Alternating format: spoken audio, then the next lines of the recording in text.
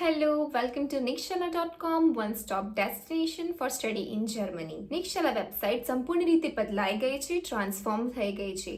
તે તેના નવા ફીચર્સ સાથે, નવી સુવિધાઓ સાથે પહેલા કરતા સારી છે. તો આ વિડીયો છે એના માટે જે બેચલર્સ ઓફ ઇલેક્ટ્રોનિક એન્જિનિયરિંગમાં સ્ટડી કરે છે અથવા થઈ ગઈ છે અને જેણે માસ્ટર્સ ઓફ ઇલેક્ટ્રોનિક એન્જિનિયરિંગમાં એડમિશન લેવાનું છે ઇન જર્મની. તો આ વિડીયોમાં તમે જોશો કે તમને એક રેડીમેડ એક્સેલ શીટ જોવા મળશે જેમાં ઘણા બધા ફિલ્ટર્સ છે જે બીજી કોઈ વેબસાઇટ પર તમને જોવા નહીં મળે.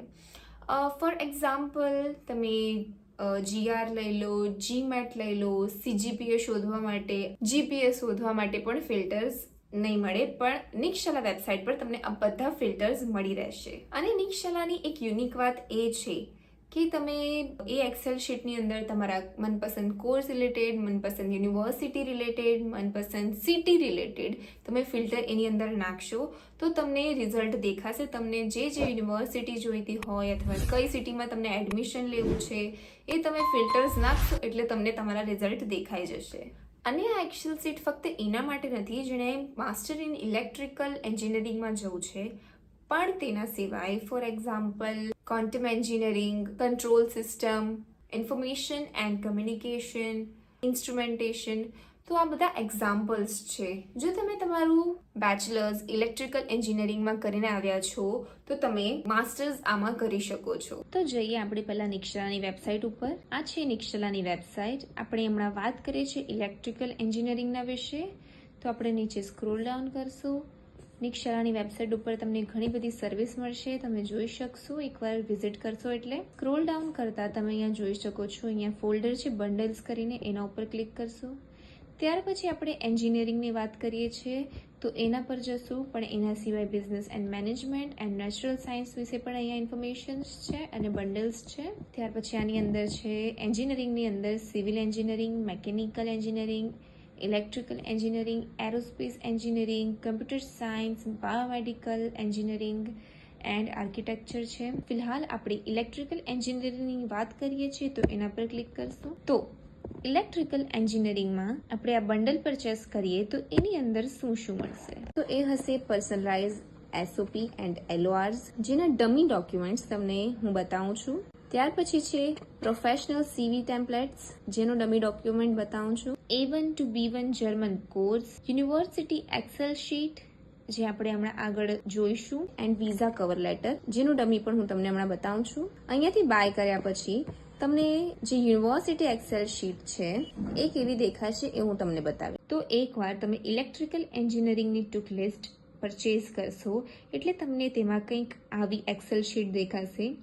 આ એક ડમી એક્સેલ શીટ છે. આપણે જોઈએ એની અંદર તમને શું શું આવશે: યુનિવર્સિટીઝ, લોકેશન્સ કઈ જગ્યા પર રહેશે તે, કોર્સ કયો રહેશે, નંબર ઓફ સેમ કેટલા રહેશે, ઇન્ટેક કયા રહેશે, application start date, application deadline, fees, semester contribution, IELTS score, TOEFL score, German language required રહેશે કે નહીં, GRE or GET, work experience, application visa via, application via, website link, document required, bachelors accepted for the course, German GPA required, APS required with application.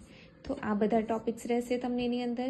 અને important વાત એ છે કે ટોપિકમાં તમને જે headlines અહીંયા દેખાય છે એ બધામાં તમને ફિલ્ટર્સ મળશે. જેમ કે ફર્સ્ટ છે યુનિવર્સિટી.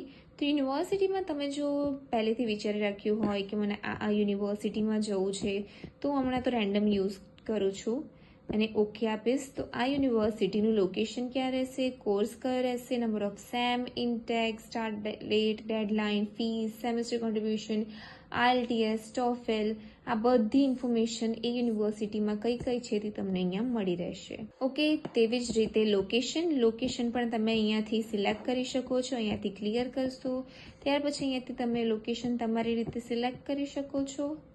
ઓકે કરશો એટલે એ લોકેશન પર કેટલી યુનિવર્સિટીઝ છે એ યુનિવર્સિટીઝ તમને દેખાઈ જશે અને ઉપર આપેલા ટાઇટલ મુજબ તમને જે પણ ઇન્ફોર્મેશન જોઈએ એ યુનિવર્સિટી રિલેટેડ એ તમને મળી રહેશે. ત્યાર પછી છે કોર્સમાં પણ કયો કોર્સ કરવાના છે, કોઈ સ્પેસિફિકેશન કોર્સ હોય એની અંદર, તે લખ્યો હશે. નંબર ઓફ સેમ, કેટલા નંબર ઓફ સેમ છે, 3 છે અને 4 છે, તો એ તમે સિલેક્ટ કરી શકો છો તમારી રીતે. ઇનટેક કયું લેવા માંગો છો, વિન્ટર એન્ડ સમર. ત્યાર પછી છે application start date, application deadline. ત્યાર પછી ફીઝની વાત કરી છે. ફીઝમાં પણ અહીંયા અલગ અલગ હોય છે, જેમ કે ઘણી યુનિવર્સિટીઝમાં €1,500 પર સેમેસ્ટર હમણાં બતાવ્યું છે. ત્યાર પછી 5,500 છે, નન છે. ત્યાર પછી છે સેમેસ્ટર કન્ટ્રીબ્યુશન, એ કેટલું રહેશે હર સેમેસ્ટરમાં, તો એ અલગ અલગ હોય. તમારે કયું ચૂઝ કરવું છે અહીંયાથી તમે ચૂઝ કરી શકો છો. નોટ મેન્શન લખવામાં આવ્યું હશે, જે તમને વેબસાઇટ ઉપર મળી જશે. વેબસાઇટની લિંક પણ તમને આ એક્સેલ શીટમાં મળશે જ.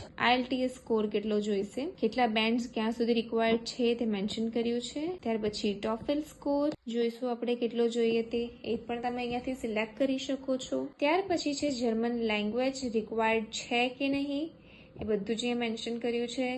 કયું લેવલ રિક્વાયર્ડ છે, નોટ રિક્વાયર્ડ છે તો નોટ રિક્વાયર્ડ લખ્યું છે. ઓકે. ત્યાર પછી GRE એન્ડ ગેટ, એમાં પણ અહીંયા ઓપ્શન્સ છે, તમે તમારી રીતે સિલેક્ટ કરીને આગળ વધી શકો છો. ત્યાર પછી વર્ક એક્સપિરિયન્સ રિક્વાયર્ડ છે કે નહીં, છે તો કેટલું, એ બધું મેન્શન કરવામાં આવશે. ત્યાર પછી વેબસાઇટ લિંક આપવામાં આવી છે.